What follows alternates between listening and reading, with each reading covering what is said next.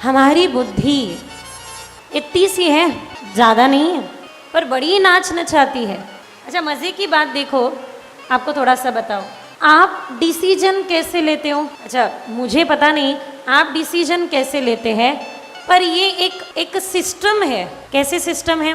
तो हमारा अंतःकरण चतुष्ट, हमारा अंतःकरण चतुष्ट चार बात, चतुष्ट कहने के बाद चार बातें हैं, ठीक है?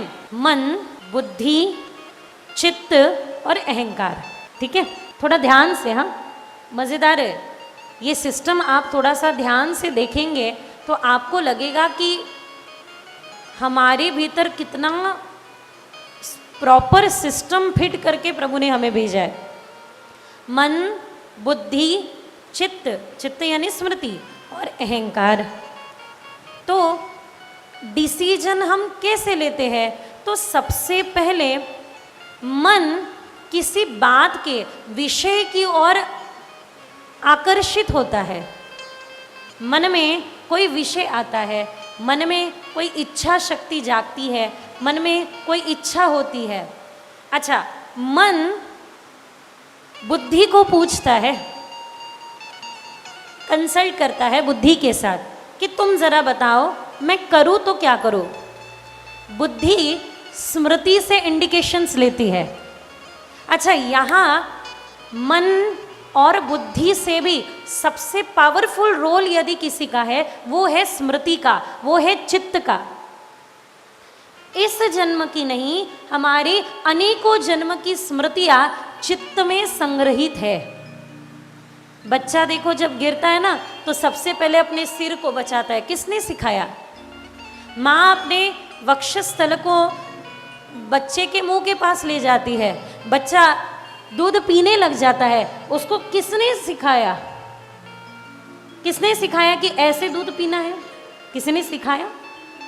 केवल माँ अपने जन्मा हुआ, अभी अभी जन्मा हुआ, जिसने कोई अभी अध्ययन किया नहीं, जिसका कोई अभ्यास नहीं, जिसका कोई भी किसी भी प्रकार का ज्ञान नहीं, जिसे अभी बुद्धि तक है कि नहीं पता नहीं, वो बुद्धि न समझने वाला बालक भी माँ के वक्षस्थल को देखकर अपने आप, पहले तो माँ के वक्षस्थल में ममतावश, कारुण्यवश अमृत धारा बहने लगती है और फिर पान करने लगता है बालक।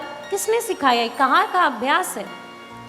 आज का नहीं, ये अनंत जन्म, हम जितने भी जन्म धारण किए होंगे पता नहीं, जिस भी जन्म में हम इस धरातल पर आए हैं, इस भूमि पर आए हैं, कई बार आए हैं, बार बार आए हैं, और हमारा ये अभ्यास रहा है। तो ये सारी जो स्मृतियाँ हैं, वे स्मृतियाँ, देखो कुछ कुछ लोग होते हैं ना, उनको अकारण ही किसी बात से डर लगता है। कभी कोई पता नहीं पानी से डरता है, कभी कोई ऊंचाई से डरता है, कोई कभी नीचा देखते तो डरता है। तो ये किसी न किसी जन्म की कोई ना कोई स्मृति है जिस कारण से उसको डर है। एक बार अग्नि, पता है कि अग्नि को हाथ लगाने से जलता है, बच्चे को थोड़ी पता है। एक बार अग्नि से हाथ लगने दो और फिर आप उससे बताओ, हाँ हाँ चटका दियो, चटका नहीं नहीं नहीं नहीं नहीं, तो ठीक रहता है। उसकी स्मृति है वो। उसके मन ने बुद्धि से कंसल्ट किया, बुद्धि ने स्मृति को पूछा, स्मृति ने बता दिया झट से, बच के रहना रे बाबा।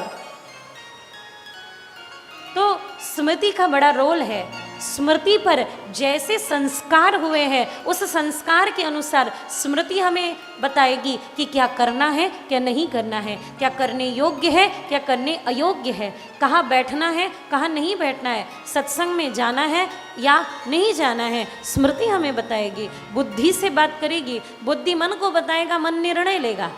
पर एक बार सब चक्कर में मन को इच्छा हुई, बुद्धि से कंसल्ट किया, बुद्धि ने स्मृति का इंडिकेशन यानी चित्त का इंडिकेशन लिया, पर इस बीच में आता है अहंकार, सेल्फ आइडेंटिटी। हमारा अहंकार, अहंकार यानी अपना परिचय, हम खुद को क्या मानते हैं। अच्छा, आपको ऐसे पहचान में नहीं आएगा, मैं हनुमान जी के उदाहरण से आपको बताऊंगी। तो हनुमान जी सेल्फ आइडेंटिटी के एक बहुत ही अच्छे सुंदर उदाहरण है। प्रभु राम जी ने पूछा, हनुमान तुम हो कौन? मुझे जानना है कि हनुमान ये तत्व है क्या। देखो, भगवान में जानने के लिए ललायत है कि हनुमान ये तत्व कैसा है, कितना सुंदर है। तो हनुमान जी ने साफ कह दिया कि प्रभु यदि आप मुझे जानना चाहते हैं तो मैं आपको बता दूं, यदि मैं देह भाव में हूँ तो मैं आपका दास हूँ, यदि मैं जीव भाव में हूँ तो मैं आपका अंश हूँ, और यदि मैं आत्म भाव में हूँ तो सोहम, जो आप है सो मैं हूँ, जो मैं हूँ सो आप है।